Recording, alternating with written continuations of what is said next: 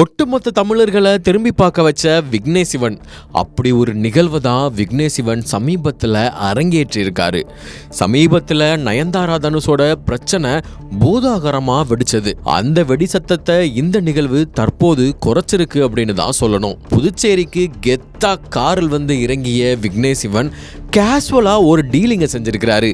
அதை கேட்டு ஒட்டுமொத்த பாண்டிச்சேரியும் ஆடி போயிருக்கு. புதுச்சேரி சட்டசபை வளாகத்துக்கு போய் புதுச்சேரி மாநில சுற்றுலாத்துறை அமைச்சர் லட்சுமி நாராயணனை சந்திச்சு ஓட்டல் தொழில் ஒன்று ஆரம்பிக்க இருப்பதா கேஷுவல் டாக் ஒன்று ஸ்டார்ட் பண்ணியிருக்காருன்னு சொல்லப்படுது. அப்போ விக்னேஷ் சிவன் புதுச்சேரி கடற்கரை சாலையில் உள்ள அரசுக்கு சொந்தமான சீகல்ஸ் ஓட்டலை விலைக்கு கிடைக்குமான்னு பேசியிருக்கிறாரு.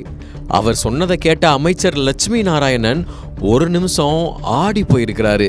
அதன் பின்னாடி இயல்பாக மாறிய அமைச்சர் விக்னேஷ் அது அரசு சொத்து அப்படின்னு சொல்லியிருக்கிறாரு. உடனே இயக்குனர் விக்னேஷ் சிவன் சீகல்ஸ் ஓட்டலை வாடகைக்கு இல்லனா லீஸுக்காவது தருவீங்களா அப்படின்னு விக்னேஷ் சிவன் கேட்டதா சொல்லப்படுது. புதுச்சேரி அரசோட சுற்றுலா வளர்ச்சி கழகம் சார்பில் சீகல்ஸ் ஓட்டல் இயங்கி வருவதாகவும் இங்கு ஏராளமான ஊழியர்கள் வேலை செய்து வருவதால சீகல்ஸ் ஓட்டலை ஒப்பந்த அடிப்படையில் வழங்க முடியாதுன்னு அமைச்சர் சொல்லியிருக்காரு. அமைச்சர் என்னதான் மறுப்பு தெரிவிச்சாலும் விக்னேஷ் விரதா இல்ல. அப்படி என்ன பாண்டிச்சேரி மேல விக்னேஷுக்கு தனி கவனம்? அந்த கவனத்துக்கு காரணம் நானும் ரவுடிதான் படம் பண்ணும்போது தான் விக்னேஷ் சிவனுக்கும் நயன்தாராவுக்கும் ஹார்மோன் எக்ஸ்சேஞ்ச் ஆகி காதல் உருவாயிருக்கு.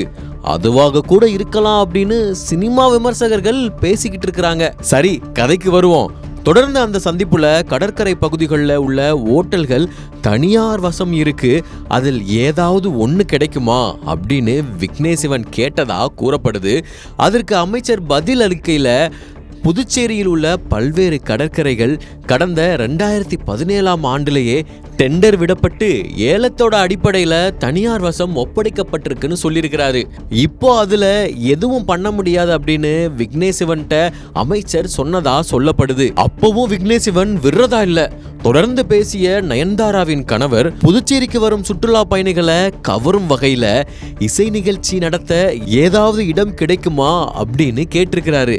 அப்போ அமைச்சர் புதுச்சேரி துறைமுக வளாகத்துல பொழுதுபோக்கு மையம் ஒன்றை கட்டி வச்சிருக்கோம். அங்க ஒரே நேரத்துல 4000 பார்வையாளர்கள் அமர்ந்து நிகழ்ச்சிகளை பார்க்கலாம். அதுக்கு அரசு நிர்ணயித்துள்ள கட்டணத்துடன் GST சேர்த்து அதை நீங்க வேணா எத்தனை நாளைக்கு வேணா முன்பதிவு செஞ்சுக்கலாம், அதை நீங்க பயன்படுத்திக்கலாம் தாராளமா அப்படின்னு சொல்லியிருக்கிறாரு. இதை கேட்ட விக்னேஷ் சிவன் குசியா அங்கிருந்து வந்ததா சொல்லப்படுது. இந்த நிகழ்வு தான் இப்போ சமூக வலைதளங்கள்ல வைரலா போய்கிட்டு இருக்கு. இத பத்தின செய்திய விக்னேஷ் சிவன் சொன்னாதான் அந்த உண்மை என்னன்னு வெளிச்சத்துக்கு வரும்.